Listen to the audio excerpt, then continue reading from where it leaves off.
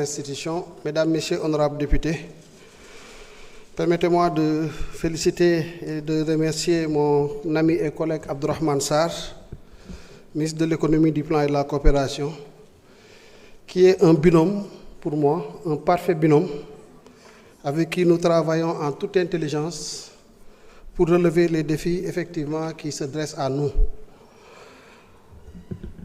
Je vais essayer de revenir sur les différentes préoccupations qui ont été soulevées par les honorables députés. Je suis un tout petit peu désolé. Désolé du fait que parfois j'ai l'impression qu'on marche en reculant, qu'on se répète. Mais je me console du fait que peut-être la répétition est souvent pédagogique et qu'il est important, malgré tout, d'insister autant que possible, autant de fois que nécessaire, pour que nous ayons la même compréhension de la situation. Je pense que c'est une question fondamentale et je prie le Seigneur pour qu'à l'issue de cette rencontre-là, quand même, de cette explication, que définitivement sur certaines préoccupations, à défaut d'avoir un consensus, que nous nous comprenions au moins. Et ça, c'est important. Alors, il faut ñu dellu si waat ci situation réew mi ñu arriéraat ba le 24 mars 2024. C'est important pour que ñu comprendre bu baax a baax le travail que nous sommes en train de faire. Dañu ñëw 2024 ñu am président de la République bu ñu fal mu ñëw def prestation de serment le 2 le 5 avril mu nommé gouvernement am ay ministres am jël service mu am le code de transparence dans la gestion des finances publiques, loi 2012-22 du 27 décembre 2012. Loi boobu wax ñu ne ñu bu fekkee ne dafa am régime bu bees wala mu am en tout cas mandature bu bees ñi fa ñëw gouvernement bi ñëw li mu war a njëkk a def dans un délai de 3 mois. Moi, def un audit sur la gestion des finances publiques. C'est ce que nous avons fait, moi-même en tant que ministre des Finances. Lorsque je suis arrivé, cette exigence-là, mu gàllu sama loos, comme on dit, on a mis en place une équipe, préparé suñuy terme de référence avec une lettre de mission, saisir l'inspection générale des finances, ne ko lii c'est une obligation légale. Defal ñu liggéey bi su ko defee mu nekk une situation de référence sur laquelle nous allons nous appuyer pour définir le cap pour la mandature. Mais c'est exactement ce qui s'est passé.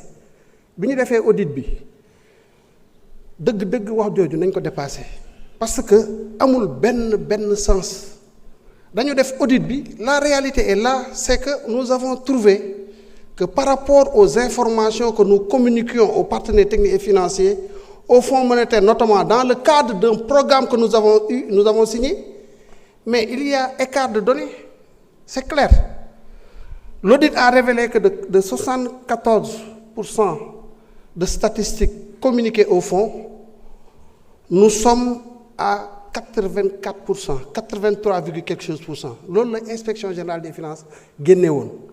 Et je rappelle que le travail qui est fait, un audit, repose sur des échantillons maanaam doo ñëw jël situation bi yëpp périmètre yëpp parce que 3 mois mënoo ci def liggéey boobu mais quand tu veux jauger da ngay jël ay échantillons nga def un test sur ces échantillons là résultat bi mu lay jox moom ngay considérer mais pour les finances publiques quand tu as des écarts comme ça responsabilité bi nga am mooy nga approfondir nga ne attention nous parlons de sujets importants dès lors que les échantillons ont révélé cela ces manquements là j'ai l'obligation d'aller en profondeur et d'approfondir la question loolu moo tax bi audit bi génnee on a commandité un travail d'inventaire par un cabinet bu am une signature internationale parce que loolu moom mooy responsabilité mais ensuite on savait aussi que quel que soit alpha ce travail là dañ ñu koy laajaat partenaires yi sérieux yëpp ils vont dire bon vous avez fait un travail sur la base d'échantillons qui a révélé ces informations là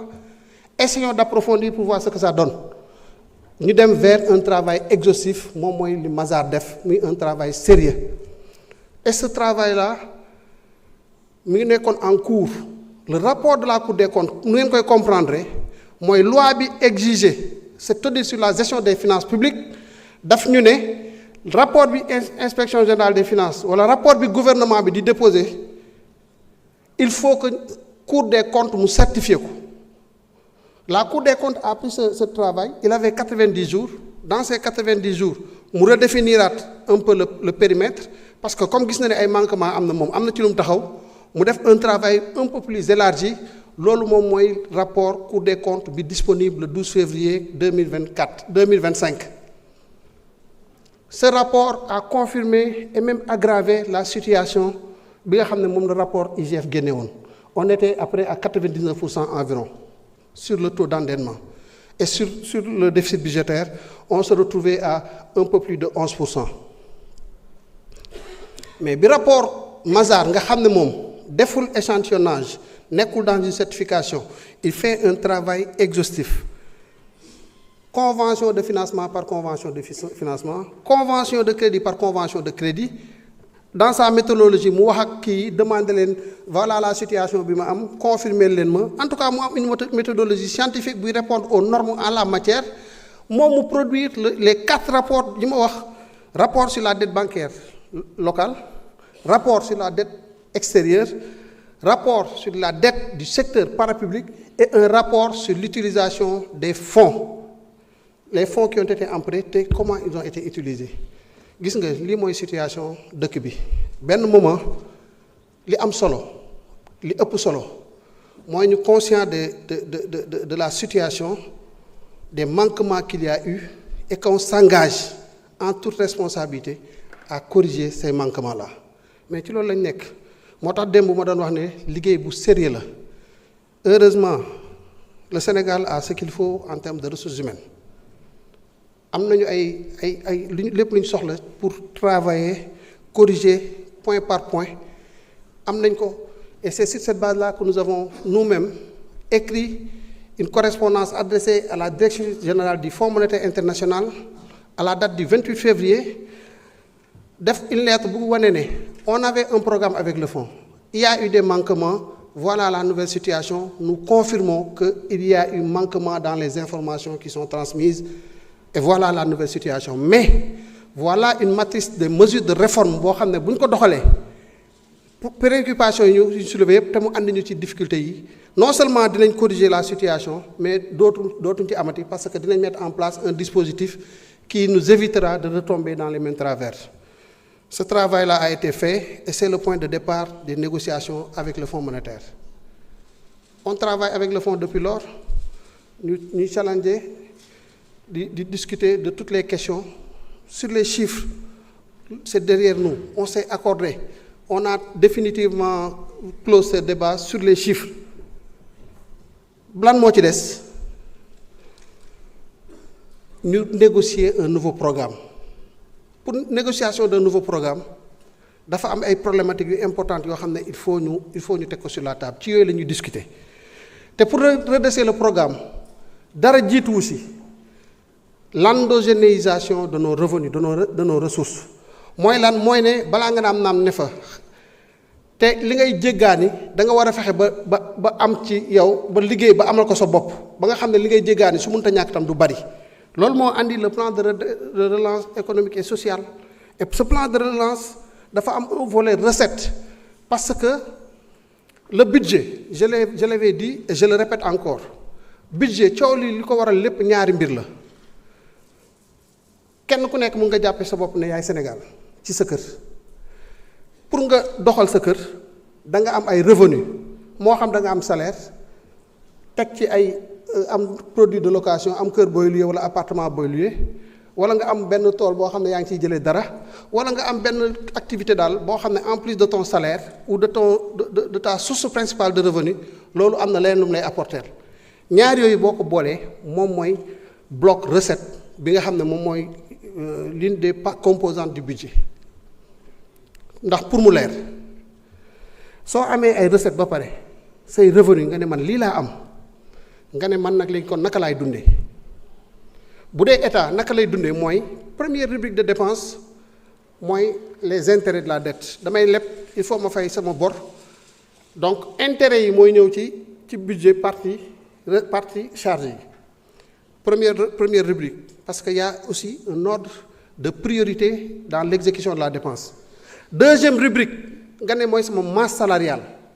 Masse salariale, moi, fonctionnaires, ainsi de suite, après, moi, les autres dépenses de fonctionnement.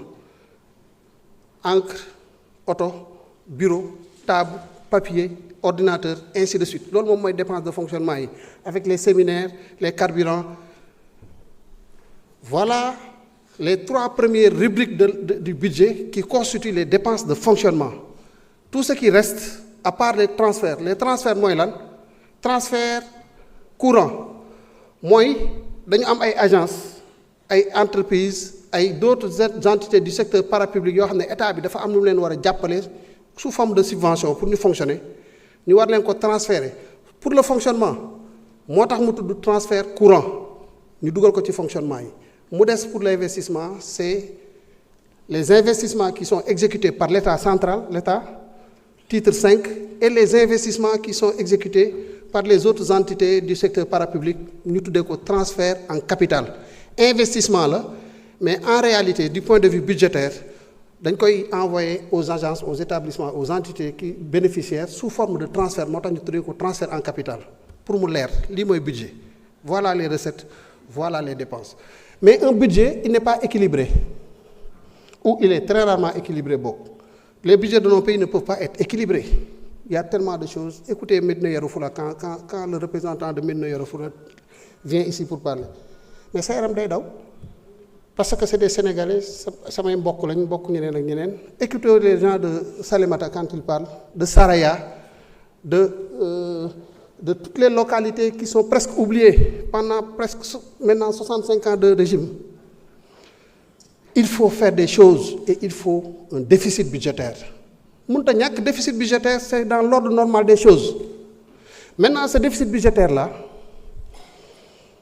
moom nga amagul loo koy lijjantee da nga ko war a financer mooy sa bor bu jiitu bi nga war a assumer mais dafa war a am nu mu toll pour mu bañ la sonal parce que nit ku nekk xam nga li nga mën ak li nga antan doo am salaire u 300 500 000 ngay dem xalaati ay bor di 50 millions foo koy fayee noo koy fayee voilà la problématique coow li kon.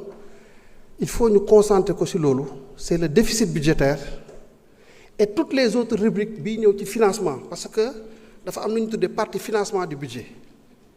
Financement, vous avez des recettes, vous avez des recettes. Donc le financement ne porte pas sur les recettes budgétaires, ne peuvent pas être considérées comme éléments du financement.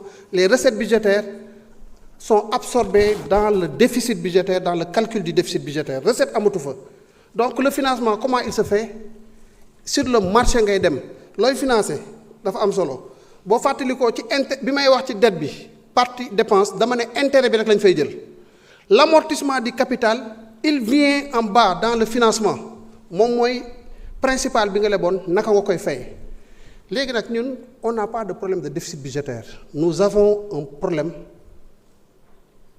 de remboursement de la dette de refinancement du capital. Comprendre c'est très important léegi nag loolu ñuy rembourser loolu ngay rembourser ay bor la woon boo xam ne dañ ko contacté woon nga fekk ko fi et tu dois l'assumer en vertu du principe de continuité de l'État mu nekk plus de 4 000 milliards regardez la qualité de notre déficit budgétaire nous avons un déficit budgétaire 2026 de 1245 milliards, n'est-ce pas loolu moo nekk seen document yi leen jox. Considérez que les investissements financés sur ressources externes se chiffrent à 1209,1 milliards, je crois, quelque chose comme ça, mais en tout cas 1209 milliards. C'est-à-dire que les investissements que nous réalisons sur ressources extérieures, sur le déficit budgétaire, tout est le. Donc ça montre que nous, sur le déficit, il sert à financer des investissements et des investissements bien financés. Parce que les financements sur ressources extérieures sont des financements concessionnels pour l'essentiel. Nous n'avons pas, nous, un problème de déficit budgétaire. Parce que nous avons un déficit budgétaire qui finance des investissements et dans des taux de financement, dans des conditions de financement appréciables, acceptables, les meilleures possibles sur le marché. coow li jeex léegi lan mooy suñu problème gars yi bàyyi nañu fi loo xamante ne nii faw ñu assumer ko 4000 et quelques milliards bàyyi nañu fi ay arriérés yoo xam ne faw ñu fay ko parce que on ne peut pas laisser nos entreprises suñu jàmbaar yi tout ce qu'on a dans le secteur du BTP et autres ñu liggéey loo leen fayuñu leen on s'est dit on va les prendre en charge fan lañ koy dugal ci partie financement bi comme opération de trésorerie en plus des OPEX mooy les opérations yi armée di def à l'étranger ainsi de suite voilà notre besoin de financement bi bu rëyee wax dëgg yàlla je l'ai dit hier nous sommes à 6075 milliards c'est important comme besoin de financement man mu fàttali leen ne 2025 nous sommes à 5700 milliards sans l'accompagnement des partenaires classiques et te ñafe nañ ko ba toll fii tout se passe bien on arrive à gérer parfois tant bien que mal parfois c'est difficile mais c'est normal c'est normal nous sommes dans une situation difficile et il ne faut pas qu'on se voile la face on ne peut pas se voiler la face la situation est difficile mais nous avons les moyens de gérer ça comment foofu la wax ji nekk foofu la ñu war a xalaatee pour génner les solutions et madame Diack Anta Babacar Ngom maa ngi lay ñaan benn affaire baatu restructuration bu ko sax tuddati xam nga lu tax man si le Sénégal était dans une situation où on devait parler de restructuration man je ne me voilerai pas la face dama naan la situation est compliquée allons dans le sens de la restructuration parce que c'est la solution mais nous ne sommes pas dans cette situation-là et je veux être clair, net et précis. Pourquoi? Quand tu es dans une situation, tu regardes toutes les solutions yi nga am, toutes les solutions qui s'offrent à vous. À partir de ces solutions, tu cherches un indicateur de différenciation des solutions. Un indicateur de différenciation ici, c'est le coût d'opportunité de l'instrument que tu veux utiliser pour la solution. Est-ce que tu as évalué le coût d'opportunité de la restructuration par rapport au coût d'opportunité d'un instrument que nous proposons, qui a commencé à faire ses preuves pour 2025 sur la dette bancaire locale et qui va faire ses preuves sur la dette bancaire extérieure, pour la simple raison que nous avons identifié, nous faisons le travail.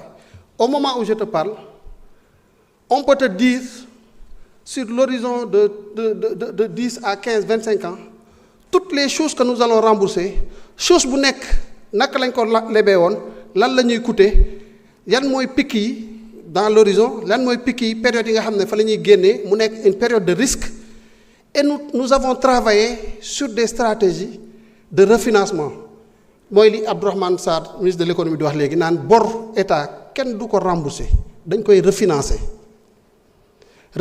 la dette nag et je l'ai ça aussi rappelé hier ça ne signifie pas que doo fay bor bi moom doo ko fay ba mu jeex mais ce que tu fais il l'a très bien expliqué c'est-à-dire que bor dañ koy évaluer en termes d'indicateurs pas sur un point mais sur une période lan mooy différence bi c'est-à-dire que il faut enclencher le processus de déclinaison des indicateurs sur la dette na am pente descendante ba pare ngay xool en fonction de tes besoins comment accélérer cette pente-là pour que bu bor bi di wàññeeku nga accélérer ko de sorte que doo am jafe-jafe en termes de liquidité. Vous avez utilisé un terme aussi que je veux vraiment écarter, c'est crise de liquidité. Tout le débat sur la dette, c'est la crise de liquidité. C'est parce que nous n'avons pas de crise de liquidité qu'on est là encore en train de discuter. Crise de liquidité mooy nga dem ba amatoo xaalis am na ku fi jox ay exemple Ghana, Zambie, ainsi de suite. C'est vrai, ces pays-là, ils étaient dans des situations difficiles. Ils ont eu des difficultés. Nous avons commencé à faire la consolidation budgétaire. Et je me réjouis d'entendre avec les députés qu'à chaque fois maintenant, mais toutes les interventions parlent de choses importantes. Consolidation budgétaire. La consolidation budgétaire, moins notre capacité à revenir au déficit budgétaire de 3%, correspondant à la norme communautaire d'ici 2027. Nous avons 13,4% en 2024. Nous serons à 7,8%. Je vous donne rendez-vous au 31 décembre. 7,8% cette année, mais c'est une chute spectaculaire. C'est une chute spectaculaire. Mais def nañ ko te foofu laay répondre à la question sur la masse salariale. Def nañ ko, on n'a pas réduit la masse salariale.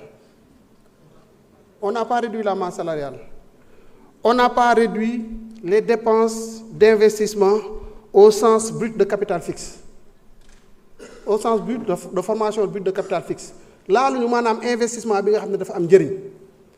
Fi ñu ko defee mooy dañoo xool toutes les rubriques de dépenses yi nga xam ne am na fa des dépenses superfétatoires wala des dépenses yoo xam ne ce n'est pas à un ordre de priorité tel que bu ñu ko deful Sénégal day éclipsé wu. ñu ne dépenses yooyu mën nañ ko jël xool feneen fi ñu ko dugal foo xam ne moo ëpp solo pour réew mi te duñu gàllankoor ci suñu stratégie bi ñuy def. Voilà le travail que nous sommes en train de faire. Léegi nag lu ñu ciy jàppale mooy il nous faut des recettes. Il nous faut des recettes parce que li ngay jëfandikoo boo ko jëlewul sa poche da nga koy lebi te toll nga ci leb foo xamante ni doy na waar yaa ko waxal sa bopp. moo tax nga xool presse te presse bi les recettes du presse là bu ngeen xoolee waxoon naa ko fi c'est vrai am na ñu jàpp ne c'est très ambitieux nous-mêmes nous sommes fixés des garde-fous pour éviter que problème bu ñëwul mu andi ñu jafe-jafe. mooy ñu ne nañ ko exécuter comme ni ñu daan def avec les réserves de précaution technicien budgétaire yi xam nañ baax li may wax mooy ne da ngay sceller recette bi da nga koy constater d'abord avant ngay exécuter la dépense fléchée. lu tax ñu jël garde-fou yooyu c'est pour éviter justement que suñu stratégie de consolidation budgétaire bi ñu fixé suñu bopp dara di ñu ko yàqal wala di ñu détourner ci objectif important yooyu. Voilà comment on a réfléchi sur les presses mais recettes yi du ay recettes yoo xam ne dafay ñëw alourdir la charge fiscale des entreprises et ça il faut que ce soit très clair. dañu ne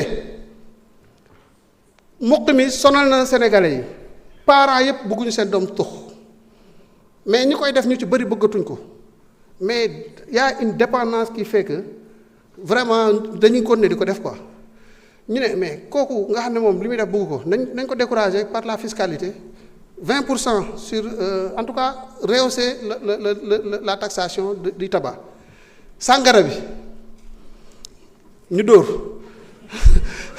parce que bu ñu sañoon aussi de moins nit ñi di yu mel noonu nga xam ne baaxul pour la santé publique baaxul pour les Sénégalais ñu décourager ko ñu relever le niveau de taxation yamuñ foofu ñu ne les jeux de hasard xale yi naar bi tout le monde yéen fii yéen a ko fi wax carte bi ñu ne carte bi dañu dóor on peut ci gain wu joueur bi dañ ci jël xëy na sax nañ ci amaale tuyaaba yàlla gën ci barkeel Sénégal parce que ndongo daara seen ñoom suñu Umar xam nañ innamal xamra wal maysara ak yooyu yëpp mu lim rijsun min amali seytaani fajtanibuuhu yooyu yëpp alxuraan lim nañu ko nañu lii moom nañ ci yàlla musal kii ñu profité aussi nag donte nous ne sommes pas un état islamique je le dis en riant un peu parce que c'est un peu trop sérieux là ñu ne nañu fexe ba loolu ñu am ci dara pour defar suñu Sénégal pas pour autre chose. Ces recettes-là ne vont pas tomber dans les poches de Abdourahmane Sarr, ni dans les poches de Cheikh Diba, encore moins dans les poches de Ousmane Sonko. C'est des recettes qui vont servir à quoi? À financer le réseau gazier du Sénégal. C'est des recettes qui vont financer le Préferlo. C'est des recettes qui vont financer le second pont de Ziguinchor, qui vont financer les 30 000 logements, et ainsi de suite, tous les projets que vous allez retrouver dans le cadre de ce projet de budget 2026 que nous vous présentons. Voilà, mais pourquoi les recettes? Et pour vous apaiser, il y a un mécanisme que nous avons mis en place pour que vous faites qu'il y ait un problème de recettes, que nous ne quand même détourner de notre stratégie de consolidation budgétaire.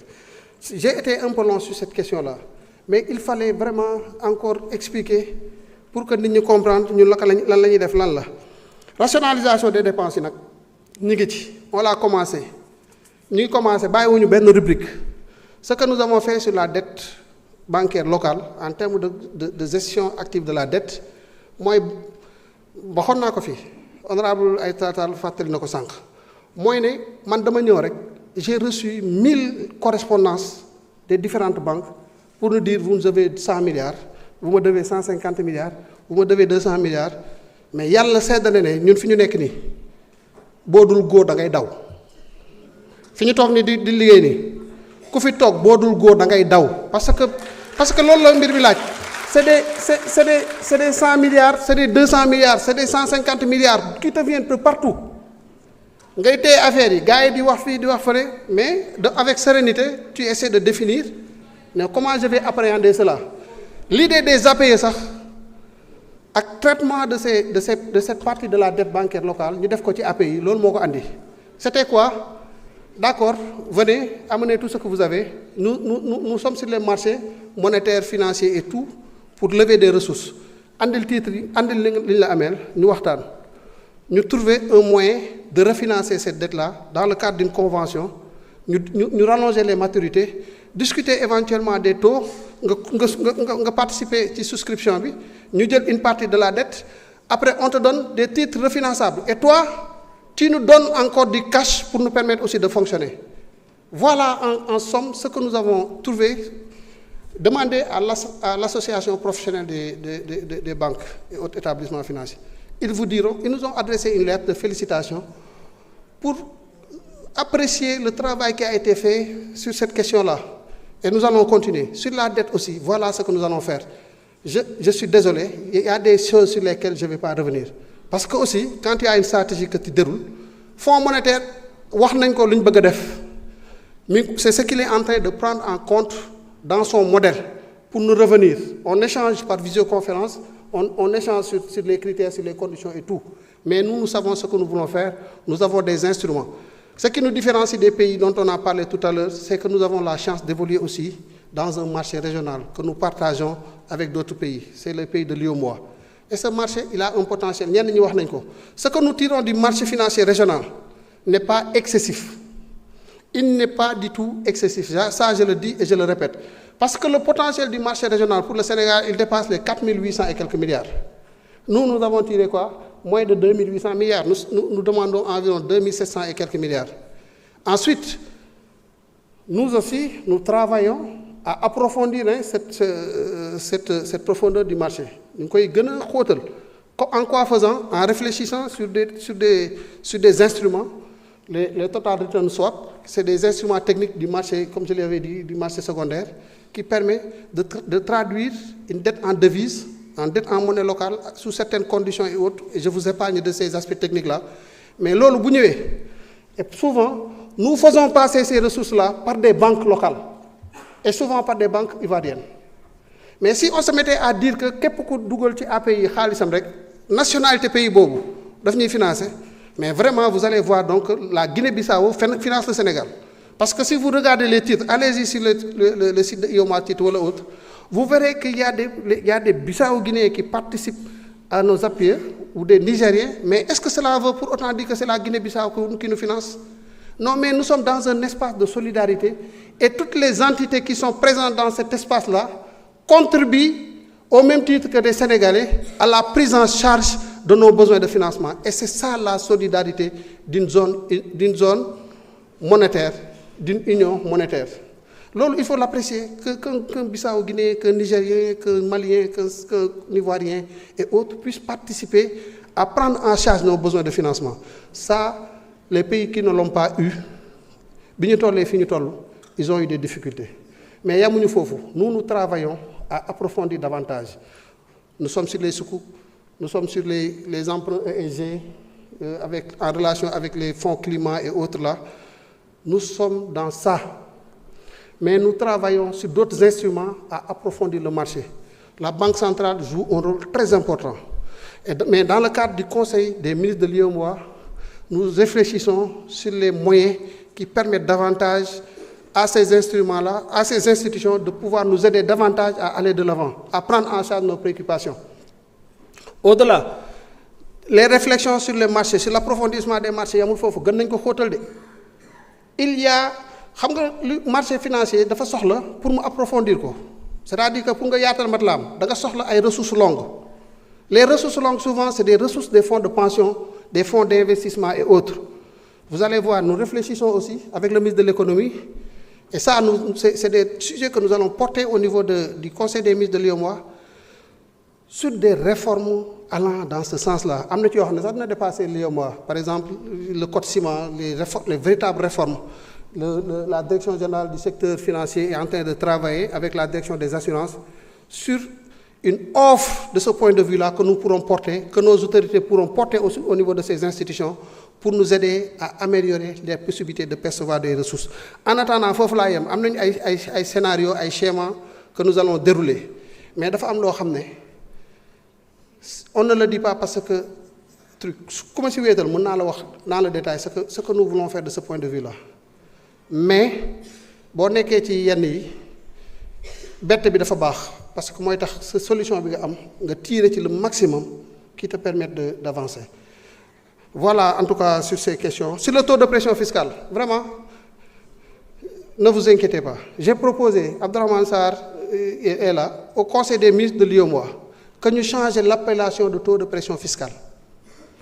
J'ai discuté la dernière fois avec le directeur général du budget et il me disait, mais on peut l'appeler taux de prélèvement fiscal. Parce que ce n'est pas une pression en réalité. Le taux de pression fiscale, moi, là, ce total recette que am, beaucoup comparé avec ce PIB, ñaata la 18%. Le Sénégal est le premier pays de l'espace UEMOA en termes de taux de pression fiscale. Nous sommes à 19, quelque chose %. Avec le presse, nous allons passer à 23% parce qu'il y a une manne importante qui va venir qui va venir impacter un peu les recettes et donc ñu yéeg.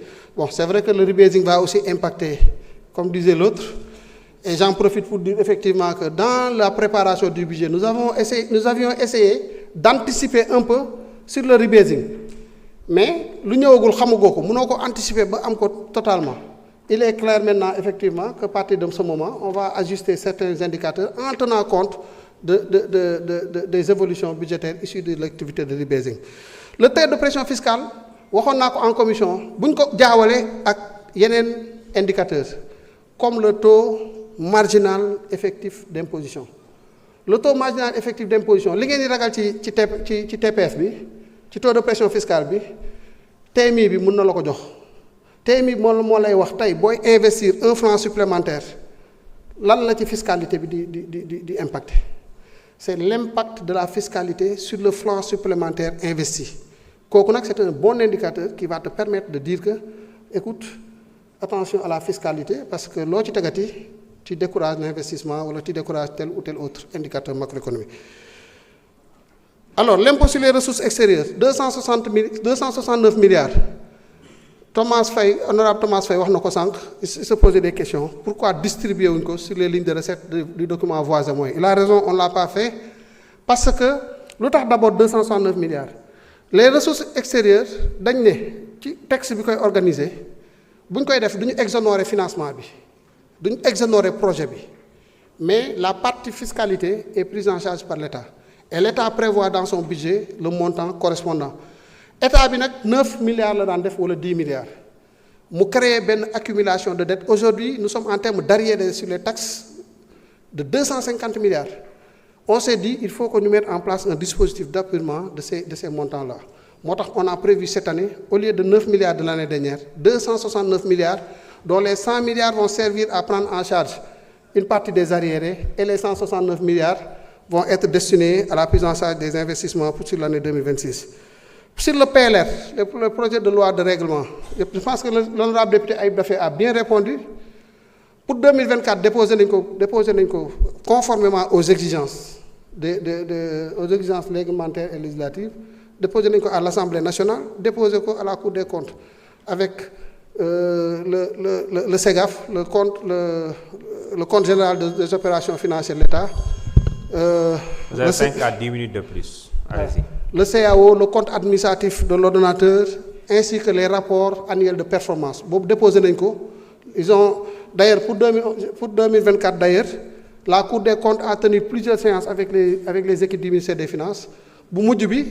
La séance contradictoire a été organisée le 11 novembre dernier et d'ici à la fin de l'année certainement ou dans les meilleurs délais, la Cour des comptes transmettra certainement à l'Assemblée nationale le rapport sur l'exécution des lois de finances et la déclaration générale de conformité, en même temps qu'un rapport sur l'exécution un rapport d'observation sur les rapports annuels de performance. Donc voilà ce que je voulais dire à ce niveau. Et en ce moment-là, l'Assemblée nationale pourra convoquer le ministre des Finances pour qu'on discute des résultats. Mais pour 2025, pour 2024, en tant que tel, boobu moom wax dëgg yàlla mënuñ ko déposer te ñu xam ne ñun les données ont varié ñu am responsabilité def une mise à jour de ces données avant de déposer. C'est uniquement ce qui fait que nous ne pouvons pas le faire, mais nous travaillons à faire cela. Et maintenant, par rapport à la publication des rapports, vous savez, on peut réfléchir sur peut-être, en relation avec le cabinet Mazars, comment extirper l'essentiel de ces rapports-là en termes d'information et les produire. Mais vous savez, quand on fait un inventaire sur la dette, nga dem jël ay données dans les conventions, Madame l'honorable députée, mon avocat, parfois il y a des clauses de confidentialité mais dans un rapport aussi important que celui-là, on est obligé de mettre tout sur la table. Mais il y a par contre des informations, dans sa manipulation, il faut faire attention.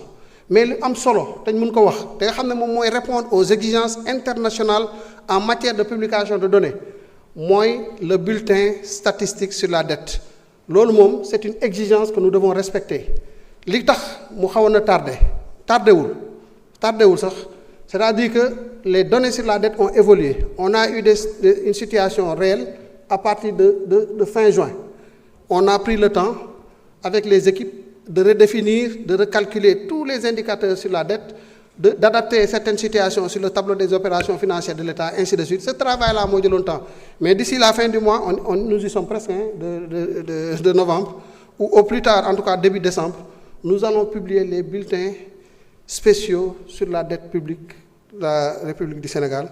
Situation qui sera mise à jour en tenant compte de la nouvelle situation des données sur la dette, mais en tenant éventuellement compte aussi, si en tout cas nous disposons des informations officielles sur le rebasing très rapidement, une mise à jour tenant compte peut-être des informations sur le rebasing.